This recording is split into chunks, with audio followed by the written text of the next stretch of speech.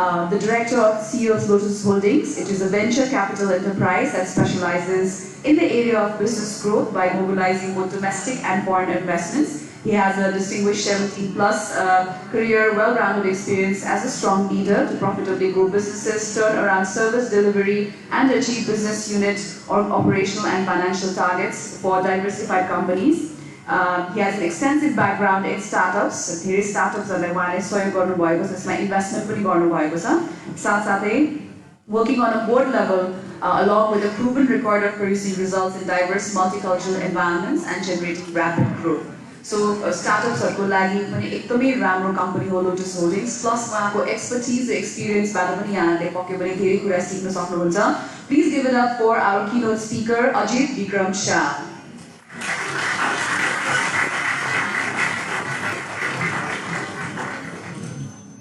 Would you be comfortable with the mic? Or the, yeah? Great, okay.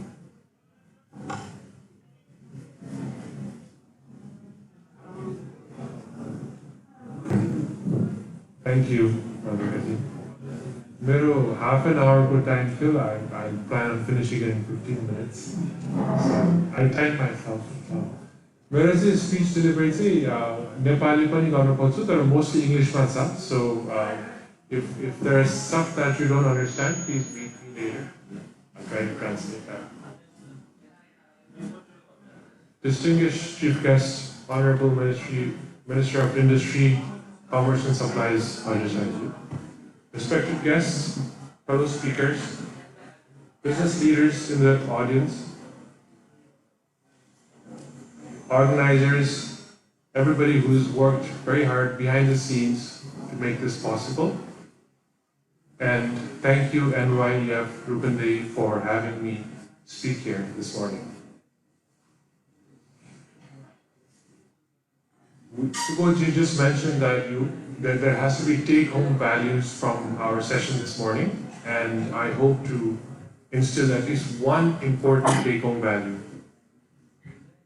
So let's imagine Nepal as a developed country. Imagine that roads connecting Kathmandu, Pokhara, through the tunnels, quick enough to get a quick bite and back. Imagine skyscrapers. Skyscrapers in Kathmandu or other places in Nepal, overlooking the sunset. We live in a day and age where people are planning on going to Mars, yet we are struggling with the very basics here in our backyard. So what's going on? The most simplest and the obvious reason that I've come to realize is we're broke. तपाईले हाम्रो current account अथवा हाम्रो debt हेर्नु हो भने भयंकरको हाम्रो debt छ, जहिले पनि पैसा छैन। हाम्रो banking system मा धेरै पैसा पुग्दैन ठुलो ठुलो इन्फ्रा गर्नको लागि। विदेशी बैंकहरुले नेपाललाई पैसा दिदैन, credit rating राम्रो नभएको हुनाले। So what do? It's simple. We have to start doing things that makes us money. पैसा कमाउने काम गर्नु पर्यो, individually मात्र हैन, देशले। कसरी? नेपालबाट हामीले बाहिर सामान अथवा केही बेच्न सक्यो भने हामीले पैसा कमाउन सक्छौं। र I think, ladies and gentlemen, I've figured out how. And the answer is, wait for it, it's remote employment. सायद बिहान आज यहाँ आउने बेला तपाईले रिमोट इम्प्लोयमेन्टको बारेमा कुरा सोच्नु भएको थिएन होला, तर रिमोट इम्प्लोयमेन्ट भनेको नेपालमा बसी विदेशी कम्पनीमा काम गर्ने एउटा मेकानिजम। यो रिमोट टिम्स भन्छ, बीपीओ भन्छ, आउटसोर्सिङ भन्छ। तर यो remote employment industry is not new, लगभग 30-40 वर्ष भइसकेको छ। यो तपाईको ठुला ठुला कम्पनी अराउन्ड द वर्ल्डले India जस्ता देश, फिलिपिन्स, भियतनाम, इभन पाकिस्तान नाउहरुमा चाहिँ भयंकरको अफिसहरु सेटअप गरेर lot of work त्यहाँबाट गरिरहेछन्। अनि कोभिड भएदेखि झनै साना बिजनेसेसहरुले पनि विदेशमा अथवा रिमोटली काम गर्नको लागि एकदमै आजकल यो हाम्रो यो इम्प्लोयमेन्टमा एउटा पिभट ल्याएको छ। यसको लागि नेपालले फाइदा उठाउन सक्छ। मैले 10 वर्ष भयो यो रिमोट इम्प्लोयमेन्ट अथवा रिमोट ब्याक अफिसमा मैले इन्भल्भ भएको। I started with a small group of 6 people.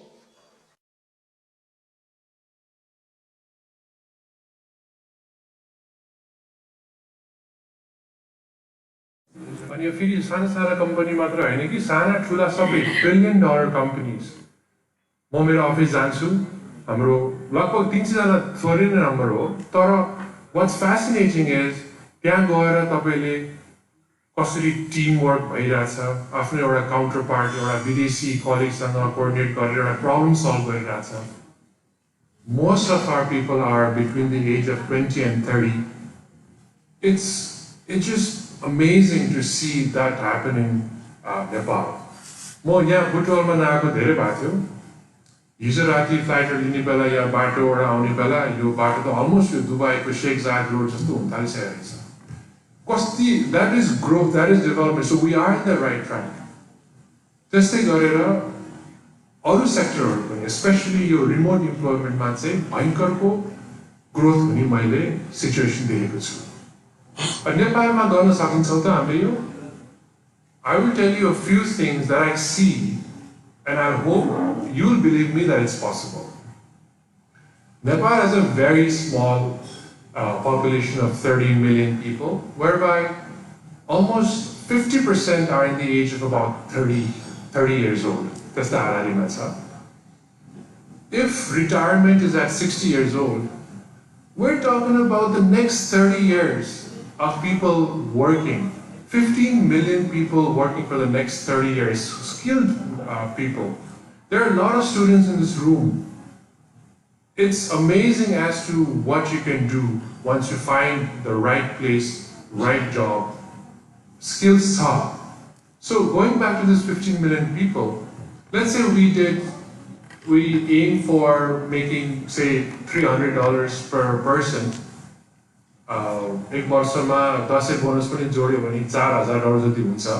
Can you imagine 15 million जना मान्छेले वर्षको $4,000 कमाउन सक्यो नेपालमा बसी? That's $60 billion. It's not new, ladies and gentlemen. गरिरहेछन्, इन्डियाले गर्यो, फिलिपिन्सले गर्यो, हामीले पनि गर्न सक्छौं। धेरै मान्छेले गरि पनि रहेछ। $60 billion is twice the size of our GDP.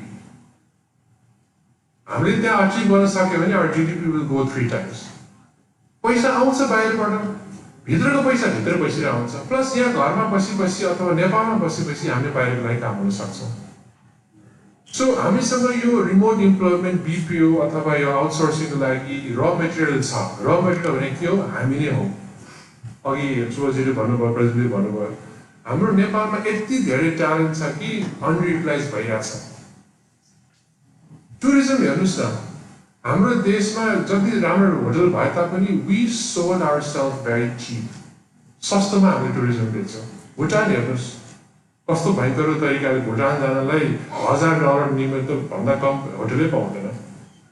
यहाँ हाम्रो मेरो साथीहरूले भन्छन् ए पोखरामा एउटा बियर भन्दा होटल सस्तो भन्छ। त्यसरी होइन, अपर्च्युनिटी छ। सो हाम्रो र मेटेरियल छ। What about the infrastructure? नेपालमा हामीले फिजिकल इन्फ्रास्ट्रक्चरको कमी देखाछौँ। We are struggling in physical infrastructure because महँगो पनि छ। बाटो बनाउन सस्तो होइन। हाम्रो जति ब्युटिफुल कन्ट्री भए तापनि यो पहाडहरूले गर्दा construction is even much more expensive. तर डिजिटल इन्फ्रास्ट्रक्चर जति अहिले ग्रोथ भइरहेछ, अझ ग्रो हुनको लागि त्यति धेरै पैसा चाहिँदैन। Internet penetration is at very high. नेपालको लिबरल पोलिसिज, हाम्रो प्रमुख अतिथिजीलाई म थ्याङ्क यू पनि भन्न चाहन्छु। Our government is very progressive. एकदमै एउटा सोर्ट अफ आइडियोलोजी भए तापनि कन्ट्रीको लागि र डेभलपमेन्टको लागि यो लिबरल आइडियोलोजीले हाम्रो इन्टरनेटमा फिल्टर छैन। त्यो नहुन साथ के हुन्छ भने एउटा सोसाइटी, एउटा कल्चर तपाईँको एउटा राम्रो तरिकाले ग्रो हुन थाल्छ। So all you need for remote employment is internet access and you need connectivity. तपाईँको एउटा डिभाइस एउटा एरियामा जोड्नुहोस्, तपाईँ घरबाट काम गर्न सक्नुहुन्छ, एउटा अफिस एउटा कफी सपबाट काम गर्न सक्नुहुन्छ. So infrastructure is also there. अब अर्कोमा जान्छु. हाम्रो स्किल्स जुन छ त, हाम्रो इनफ पिपल छ त, मैले 15 मिलियन मान्छेको कुरा गरिरहेको छु. 15 मिलियन हाम्रो लगभग 20 इयर्सको हामीले हिसाब गर्ने हो भने in terms of college graduates every year about 1 lakh जना मान्छे चाहिँ ग्रेजुएट हुँदै जब मार्केटमा आइरहेको छ. हाई स्कुलको number is much higher. So हाम्रो यहाँ इन्ग्रेडियन्ट छ, हाम्रो मान्छेहरूको इन्फ्लो पनि भइरहेछ. त्यस्तै गरेर अब तपाईँको यो जुन चाहिँ उनीहरू कलेज गएर प्र्याक्टिस गर्छ, त्यसपछि अल्टिमेटली आउट जब मार्केटमा गएपछि they have a great potential to join this. Infrastructure in terms of कहाँ काम गर्ने त? हाम्रो कोभिडमा हामीले देख्यौँ होटल इन्डस्ट्रीहरूमा यो कोभिड टाइम्समा कति यो एम्प्टी रुम्सहरू देख्यो. Can you imagine if all those hotels can be empty hotels could be converted into office share places. Hotel विदेशी आएर बस्नु सट्टा बरु लोकली गएर त्यहाँ बसेर काम गर्नु न. So if you want to get into hotel or tourism, think about investing in also office spaces for remote people to work. The infrastructure पनि छ. So what's stopping us right now? That's where I need your help. So what's stopping us right now? Why aren't we doing more of it? It's because a lot of people are not talking about it. People don't know it's possible.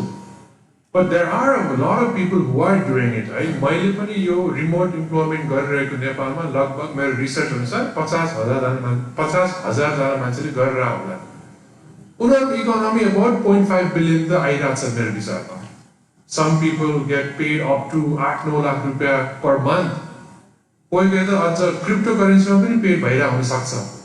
त्यो रोक्न सक्दैन अहिले digital फ्युचरमा. गाह्रो छ जति manage गरेर पनि. आम नट प्रमोटिङ इट, तर एकचोटि यो डिजिटल हाम्रो अलिकति स्किल्स र कनेक्सन भएपछि the sky is the limit as to where you can go. So coming back to the people in this room, you know, because of my experience in working with my team, नेपालमा skills छ, नेपालीको skills छ. हामी सबैजना we are gems, we are the gold. हामी सक्छौँ. तर हामीले चाहिँ अलिकति त्यसलाई अगाडि बढाउन मात्र अलिकति इस्यु भइरहेको छ. त्यसको लागि चाहिँ उद्यमीहरू, व्यापारीहरूले चाहिँ के गर्न पर्यो भने we should start talking more on this. See, Nepali diaspora around the world भनेको हजुरको नेपाली मान्छेहरू विदेशमा टन्नाटन छन्. म हजुरलाई के रिक्वेस्ट गर्छु भने मैले बोलेपछि अघि मालविकाजीले चाहिँ तपाईँको फोन चाहिँ नचलाउनुहोस् भन्नुभएको थियो. तर मैले बोलेपछि मेरो सकेपछि हजुरको फोन लिनुहोस्. In the next 5 minutes think about who you have abroad. है, अमेरिकामा तपाईँको फ्यामिली होला, दाइ भाइ दिदी बहिनी अथवा नेबर होला, अथवा अस्ट्रेलिया अथवा जहाँ पनि संसारमा होला, उनीहरूलाई एउटा मेसेज पठाउनुहोस्. ए नेपालमा बसी विदेशमा काम गर्नु मिल्दो रहेछ नि त. यहाँ टन्नै कम्पनीहरू त अफिस त खोलिसकेको रहेछ. मलाई पनि एउटा काम मिलाइदिनुहोस् न. कसरी काम मिलाउने बाबु मलाई थाहा छैन भन्यो भने चाहिँ मलाई सम्पर्क गर्नुहोस्, म सिकाइदिन्छु कसरी. हामी गर्न सक्छौँ. We have a beautiful future. This remote work, ladies and gentlemen, is definitely the next gold rush in our country. And please join me in doing this. Thank you.